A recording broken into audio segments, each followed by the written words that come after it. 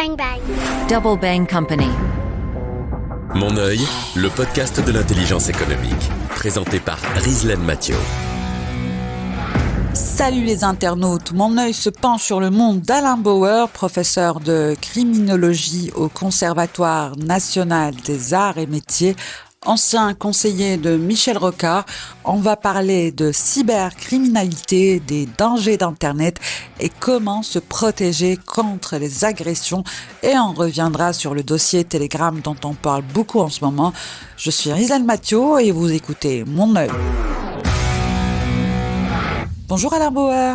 Bonjour. Alors aujourd'hui, avec le digital et l'Internet, il se trouve que la criminalité commence aussi sur le net par différentes façons. Les cybercrimes, on peut en parler. Comment se prémunir et se protéger contre les cybercriminels ? Alors, d'abord, la criminalité, elle utilise la technologie et elle ne remplace pas l'ancien crime par le nouveau crime, elle l'ajoute. Et donc, soit il s'agit d'élargir des pratiques très anciennes qui relèvent de l'escroquerie ou de la manipulation, et donc il n'y a rien de nouveau, sauf que ça fait plus de victimes, mais ça ne nécessite pas de compétences technologiques particulières, soit il s'agit d'un nouveau secteur d'activité qui est marqué par la grande confusion.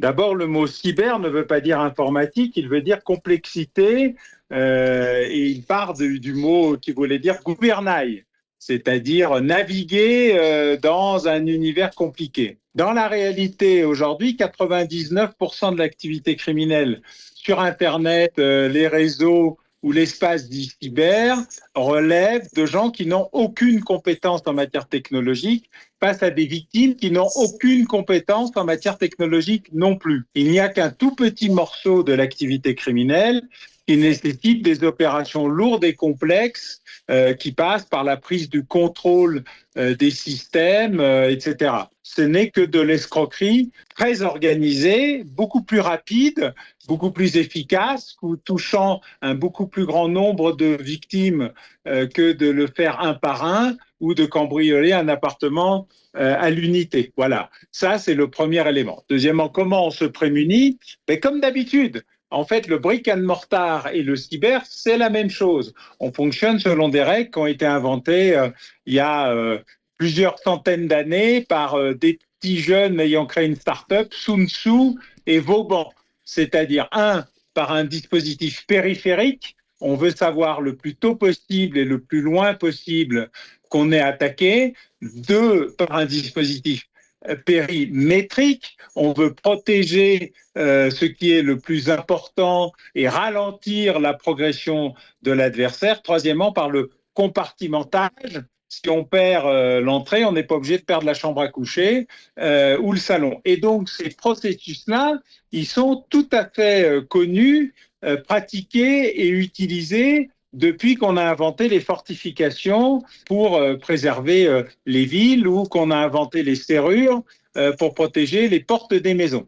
Ces processus-là sont malheureusement très largement sous-estimés et oubliés car dans une période récente, les années 70-80, on a imaginé un monde ouvert, bienveillant, rempli de bisounours heureux gambadant dans la luzerne et où il n'y aurait ni ennemis ni adversaires, mais que des visiteurs, des touristes et des gens qui voulaient être ouverts sur le monde. Alors la réalité nous a rattrapés en matière militaire comme en matière criminelle, en matière de violence comme en matière de ragosphère, c'est-à-dire la violence sur Internet, celle dont on pense qu'elle n'est que de la production d'énervement et de hurlements, mais qui passe aussi par des agressions, des insultes, de l'islamophobie, de la xénophobie, de l'antisémitisme, du racisme, et qui aussi parfois pousse à des opérations dans le monde réel, parce que quand vous dites Monsieur Machin ou Madame Truc,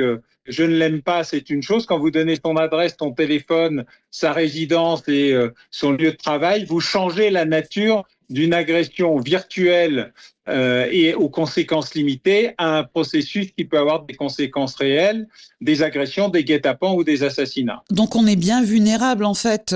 On peut être aujourd'hui dans sa bulle et avec une simple connexion Internet, si la connexion Internet n'est pas vraiment sécurisée ou totalement sécurisée, on est bien vulnérable. On peut être face à des choses horribles. Oui, mais d'abord, on n'est pas obligé de raconter sa vie sur Internet, on n'est pas obligé de raconter sa vie à n'importe qui sur Internet, on n'est pas obligé de raconter n'importe quoi sur Internet, et faut réassumer le fait que tout a des conséquences. Je veux dire par là, vous ne vous trimballez pas habituellement avec votre numéro de carte de crédit marqué sur votre front. Dans la plupart des cas, si vous avez une serrure, c'est pour la fermer à clé.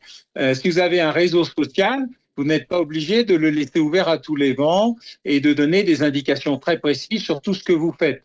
En la matière, la plupart des gens d'ailleurs qui se plaignent de l'intrusion des réseaux sociaux et même des intrusions de l'État en matière de renseignement sont les premiers à fournir des renseignements gratuits à des opérateurs industriels qui les revendent ou s'en servent pour des motifs commerciaux. Rien n'est gratuit sur Internet. Et la plupart des contrats que nous signons sur les réseaux sociaux montrent que nous ne sommes que des utilisateurs ou des locataires et pas des propriétaires de nos propres données. Et il faut dire que nous sommes en la matière très insouciants, voire même nous créons les capacités de victimation. En quelques mesures simples, on peut réduire de manière massive la vulnérabilité qui existe dans la profusion de données que nous diffusons gratuitement et avec une très grande bonne volonté, alors que nous pourrions la limiter à nos proches et aux gens que nous connaissons vraiment. Professeur Bauer, vous avez certainement vu l'info sur CNN.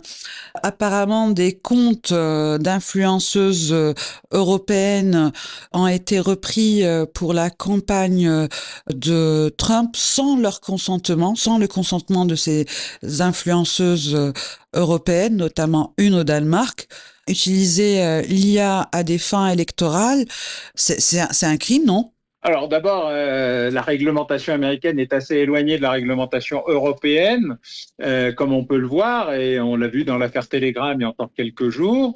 Deuxièmement, les comptes en question sont basés sur des serveurs où les influenceuses elles-mêmes n'ont probablement pas dû bien lire ce qui est écrit en petit au verso sur les conditions d'utilisation ou de réutilisation des dispositifs. Vous avez vu qu'il y a quelques jours, Uber, je crois, a été condamné à près de 300 millions d'euros d'amende pour utilisation illicite des données de ses chauffeurs. Donc, cette problématique est générale. Le fait que ça serve en matière électorale est bien moins grave que le fait que ça serve en matière commerciale. Vous avez parlé de Telegram. Par rapport à l'argument du patron de Telegram ou des dirigeants de Telegram de dire qu'une conversation, il n'y a que le destinataire et la personne qui envoie qui sont au courant de ce qui se dit, qu'est-ce que vous en pensez ? Ah, il a raison, mais le problème de Telegram, c'est que c'est pas seulement un fournisseur de messagerie personnelle qui doit être protégé et garantie secrète. C'est que c'est aussi un endroit où ma messagerie, je peux avoir 200 000 personnes. Et ça n'est pas une messagerie personnelle. C'est une publication. Et donc, les règles qui s'appliquent en France depuis plus d'un siècle et un peu partout dans le monde sur la responsabilité du directeur de la publication s'imposent quand on fournit un moyen à quelqu'un qui n'est pas en train de vous parler. Et là, nous ne nous parlons pas seulement à nous deux, puisque vous allez en faire un podcast. Nous ne sommes pas dans une conversation privée, mais dans un espace public où, si je commençais à insulter des gens, à les agresser, à proposer de les assassiner, de les tuer, de les mutiler, vous auriez une responsabilité de diffuseur, ce qui n'est pas la même chose que si nous avions une conversation privée où nous pourrions dire des horreurs abominables, mais parce que nous sommes dans le cadre d'une conversation privée.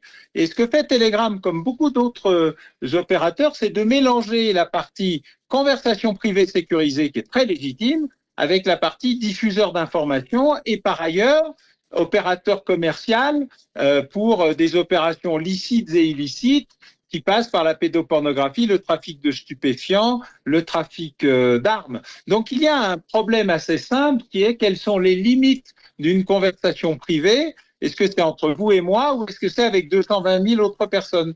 Merci beaucoup Alain Bauer. Merci. Merci à toutes et à tous. N'oubliez pas de liker ce podcast, de le partager. À très bientôt. Ciao, ciao. Mon œil, le podcast de l'intelligence économique, présenté par Rislaine Mathieu. Bang bang. Double Bang Company.